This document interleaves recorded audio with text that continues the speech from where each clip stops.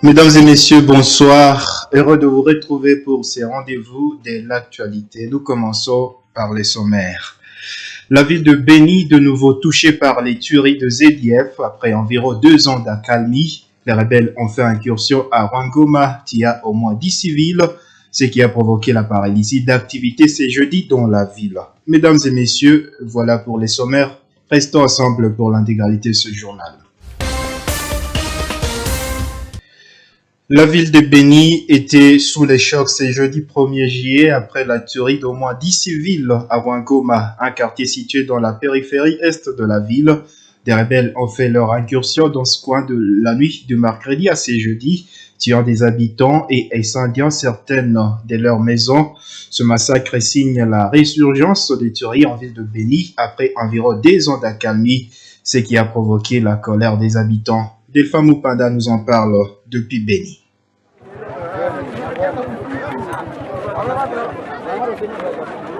Les civils ont été tués à Rwangoma, un quartier situé au sud de la ville de Beni. Les assaillants, qui seraient des ADF, ont signé leur incursion autour de 23 h, crépitant plusieurs coups de balles. Ils ont tué des personnes dans leurs habitations et incendié des maisons.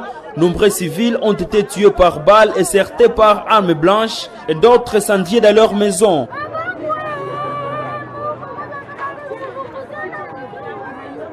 Sur place, 9 corps sans vie ont été levés du lieu de drame ce jeudi, confirme un habitat de Rwangoma. L'ennemi qui a tué les gens est arrivé autour des 23 h, commença à s'attaquer à la population civile. Environ 9 personnes sont mortes et plusieurs maisons incendiées. C'est un regret ce matin. Depuis toujours, nous réclamons la paix. Nous sommes victimes de l'insécurité. Folle de colère, suite à cette nouvelle tuerie, la population est descendue de la rue avec le corps de l'une des victimes en direction de la morgue. Elle a été interceptée en cours de route par la police qui tirait à balles réelles et bombes à gaz lacrymogène dans le but de récupérer le corps. Cette incursion intervient pendant que la population alertait sur le mouvement des assaillants dans les environs durant la semaine. Ils ont enlevé près de 19 personnes aux différents endroits en Kwaï, Lubwasi, dans la localité de Supakalaou, et à Païda Kitaromba en ville de Beni. Kizito Binhangi, président de la société civile de Beni, s'inquiète que ces signaux n'ont pas interpellé les autorités. Cette situation vient après qu'il y a eu des alertes, des signaux forts les mardis et les mercredis antérieurs. Les ZDF ont enlevé 8 personnes. Le début de cette semaine, on a encore enlevé d'autres 8 personnes. Et au côté de ça, il y a eu des croix qu'on a ramassées côté des maisons au niveau de Rwangoma. Et tout ça suffisait pour alerter les autorités. Malheureusement, la ville est endeuillée avec la perte de ces personnes. Cette attaque intervient après près de 2 ans d'accalmie dans la ville. Cette situation vient de créer une psychose au sein de la population qui se déplace dans des familles d'accueil vivant au centre-ville. Les activités sont restées paralysées dans plusieurs secteurs en ville de Beni.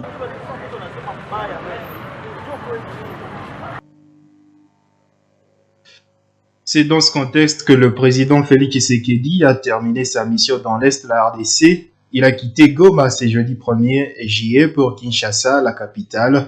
Au cours de son séjour de près de 3 semaines, il a notamment installé son quartier général à Goma et s'est rendu à Beni, Butembo, Kasindi au Nord Kivu et à Bunia en Ituri.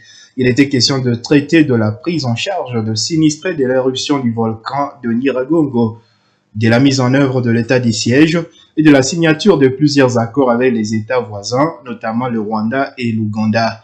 Avant de quitter Goma, Félix Tshisekedi a accordé une interview exclusive à la RTNC à Top Congo pour parler de questions brillantes de l'heure. Il a déploré les détournements de deniers publics et la corruption qui ont élu domicile au pays. Il appelle la justice à ne pas se limiter qu'aux condamnations. Nous les suivons dans cet élément. Quand vous découvrez ça, ça vous rend malade. Vous ne pouvez pas imaginer que des êtres humains peuvent être méchants à ce point. Aussi prédateurs. Parce que bon, je me souviens à l'époque du défunt maréchal Mobutu, on lui prêtait des propos qu'il aurait dit, mais mais je serais vraiment tenté de faire pareil, de dire pareil. C'est incroyable cette méchanceté, aucun amour pour son pays, même quand on arrête des gens. Parce que bon, je vois, il y a eu quelques sensations, des gens arrêtés, condamnés, mais où est le produit de la corruption ou du vol? Pourquoi est-ce qu'on ne reprend pas cela? Pourquoi est-ce qu'on ne le voit pas? On condamne quelqu'un parce que, admettons, il a volé 20 millions. Ok, mais où sont les 20 millions? Même s'ils ont été transformés en biens matériels, mais il faut saisir ce bien matériel parce que c'est un bien mal acquis. Mais on ne le voit pas, donc il y a un problème dans notre justice. Il n'y a pas de restitution. Et tant que la justice ne fonctionnera pas comme nous y attendons, mais les résultats, tout le reste en pâtira. Bravo à l'IGF parce qu'elle commence quelque part à faire un peu le travail de la justice. Bravo à l'APLC qui a eu quelques problèmes de démarrage, mais maintenant je pense que ça va aller. Des jeunes délégués de dizaines d'organisations œuvrant en ville de Butembo échangent depuis ce jeudi 1er juillet avec les responsables des instances de prise de décision sur les stratégies à déployer pour restaurer la paix dans la région. Ces échanges de 3 jours, facilités par la mission de l'Organisation des Nations Unies pour la stabilisation du Congo, MONUSCO, visent à renforcer la collaboration entre les différentes parties prenantes en matière de sécurité. Suivez le reportage. Ces jeunes sont issus de plus de 30 organisations et associations œuvrant dans la ville. Durant 3 jours, ils vont dialoguer avec les délégués des instances de prise de décision, notamment la ville, les communes et les services spécialisés sur la restauration de la paix dans la région. Les représentants du maire qui a ouvert ce dialogue dit des vérités a appelé les jeunes à s'exprimer en toute liberté pour aider les autorités à réadapter les stratégies de sécurité pour le bien des communautés.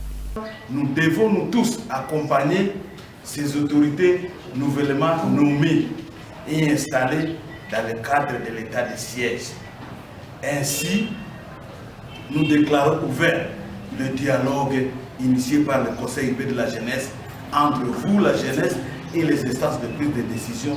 J'ai dit et je vous remercie. Ces assises vont durer 3 jours, soit du jeudi au samedi, et sont facilitées par la MONUSCO. Le représentant de la mission de l'ONU a encouragé les participants à ces dialogues des vérités à se parler en toute franchise pour parvenir à des recommandations pouvant contribuer à la restauration de la paix. Vu l'importance et les objectifs du projet, la MONUSCO, plus particulièrement le Bureau des affaires politiques, a pensé dupliquer le même projet à Butembo afin de permettre à la jeunesse de cette ville, à travers le Conseil urbain de la jeunesse, d'échanger avec les autorités sur toutes les questions qui les préoccupent. Profitant de cette période d'état de siège, le dialogue tombe à point nommé. La jeunesse, en collaboration étroite avec les autorités et les services de sécurité, devra apporter sa contribution à la restauration de la paix dans notre zone. Elle devra appuyer les autorités nouvellement nommées dans le cadre de l'état de siège pour la réussite de leur mission, celle de restaurer la paix dans le Grand Nord. Ces jeunes promettent accompagner les autorités et plaident pour l'application des engagements qui sortiront de ces assises.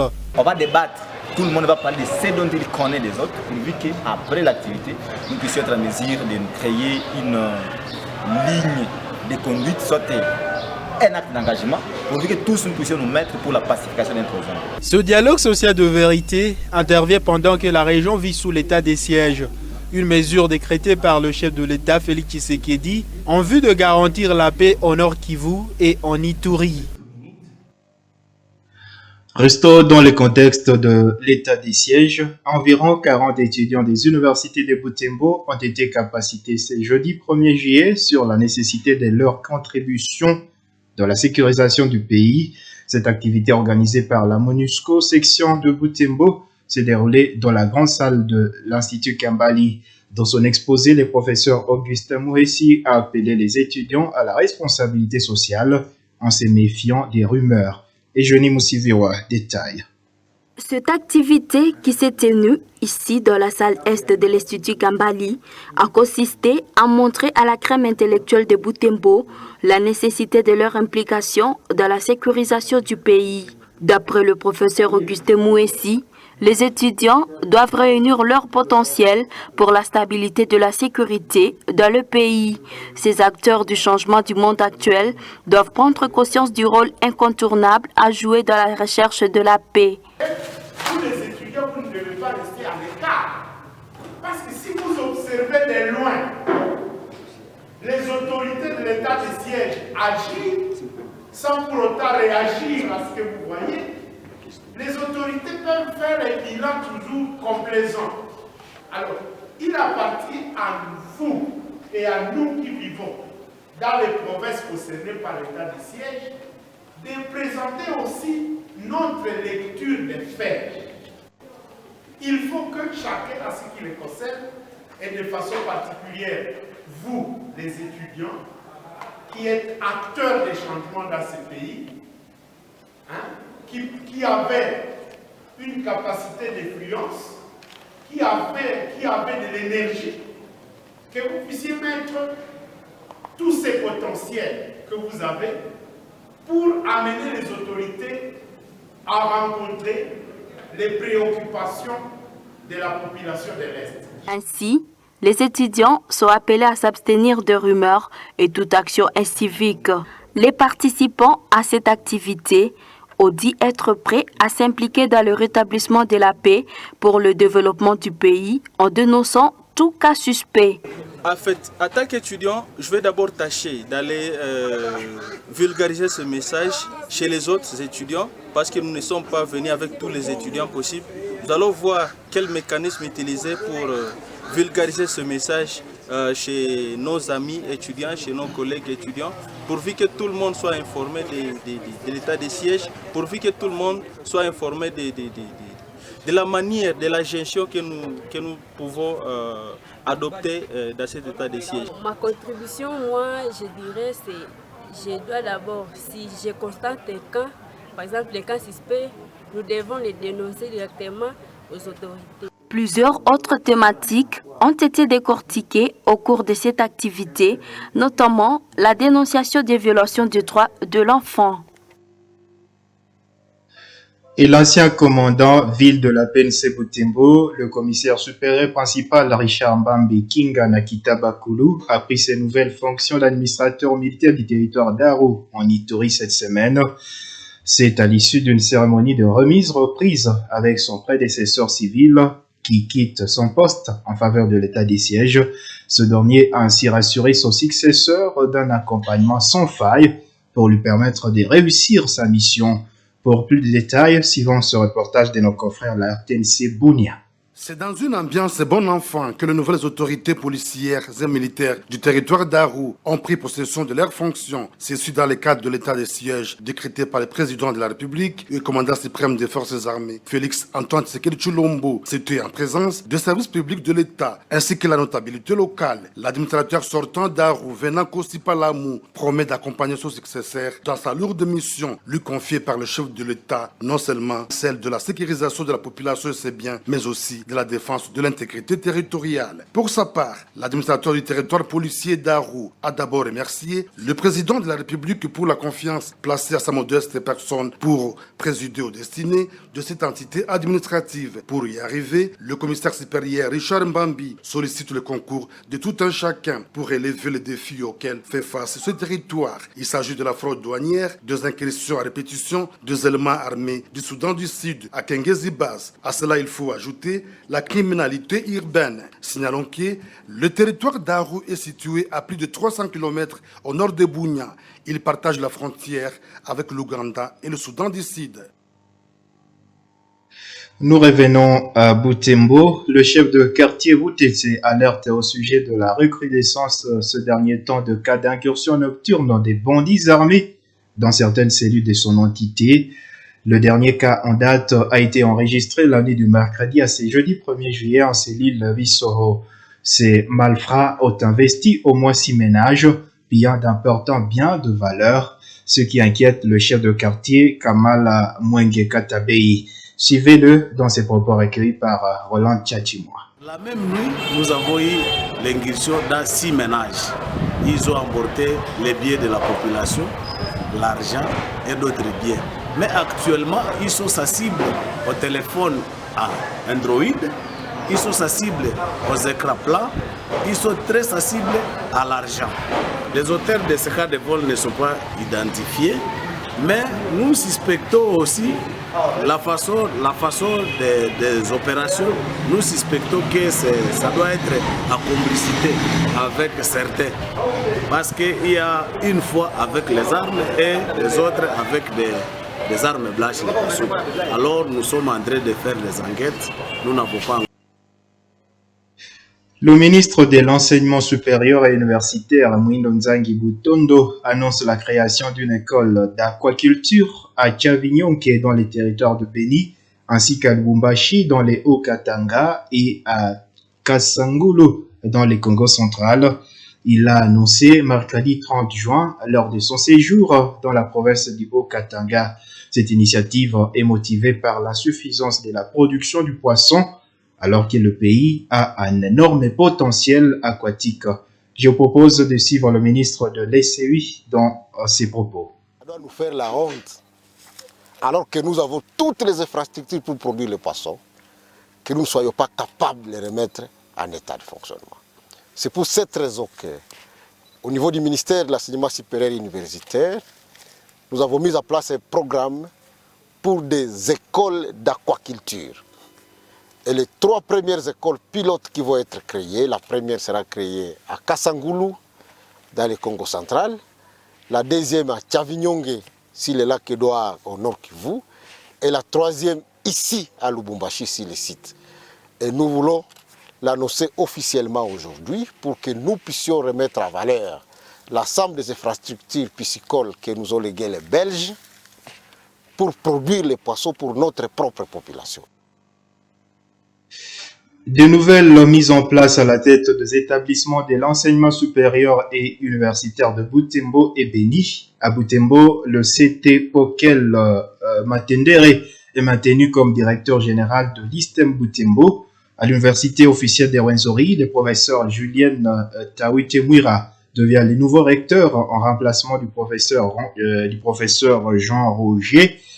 À l'ISP Muhangi, le professeur Massinda Isevikondo devient le nouveau DG et sera assisté du chef de travaux Karonko Pantaleon comme secrétaire général académique. Le professeur ordinaire Kakuri Kaswera va à l'Institut supérieur de commerce comme nouveau DG en remplacement du professeur Alphonse Katsuba qui est plutôt nommé directeur général de l'IBTP Butembo. Le directeur Pétillon Kamaru devient le DG de l'ISAM Lubero et sera assisté du docteur Kaserek Amassivi comme académique. L'ancien DG de l'IBTP, le professeur Kazingufu, est nommé nouveau DG de l'ISTA Andoluma. À l'ISDER Kitsombiro, c'est le directeur Sivalikweha Matsundo qui est nommé nouveau DG. Le professeur Kamaru Basomboloa devient le nouveau DG de l'Institut supérieur de chimie appliquée de Butembo. Et enfin, le CT Kasareka Wambere qui devient le DG de l'ISPT Muhangi. À Beni, le professeur Jean-Baptiste Ndavaro devient le recteur de l'université officielle de Semuliki. L'abbé professeur ordinaire Waswandi Athanas devient le DG de l'ISDER Beni. Et à l'Institut supérieur de technique médicale ISTEM Beni, le docteur Masika Yalala Dina devient le nouveau DG. Kahambo Matita Jeannette devient le DG de l'ISC Beni. Ces nominations sont contenues dans un arrêté signé par le ministre de l'Enseignement supérieur et universitaire, Mwindo Nzangi Butondo, en date du 25 juin 2021. Mesdames et messieurs, nous allons parler sport sans transition. Au lendemain de l'annonce de la fin du contrat avec l'AS Club, plusieurs formations africaines tendent la main à l'entraîneur Jean-Flora Ibenge Ikwange. C'est le cas de Renaissance de Berkane du Maroc, dernière championne de la Coupe de la Confédération de la CAF, Young Africans de la Tanzanie et la sélection nationale du Congo-Brazzaville. Ces clubs et sections sont intéressés par le profit de l'ancien entraîneur de V-Club, vainqueur d'Ichan avec les léopards locaux de la RDC, finaliste de la Ligue des champions de la CAF avec V-Club et demi-finaliste de la Coupe d'Afrique des Nations CAN avec les léopards A-Pro de la RDC. Nos sources signalent que c'est la renaissance de Berkane du Maroc qui est déjà en discussion avancée avec Ibanké pour de précisions sur l'éventuel contrat. Jean-Flora Ikwangé est officiellement fin contrat avec l'ASV Club. L'annonce a été faite le mercredi 30 juin dernier par la présidente de l'équipe, Bestine Kazadi, sur son compte Twitter. Mesdames et messieurs, c'est la fin de ce journal. Merci infiniment à vous toutes et à vous tous qui l'avez suivi de partout. Au revoir.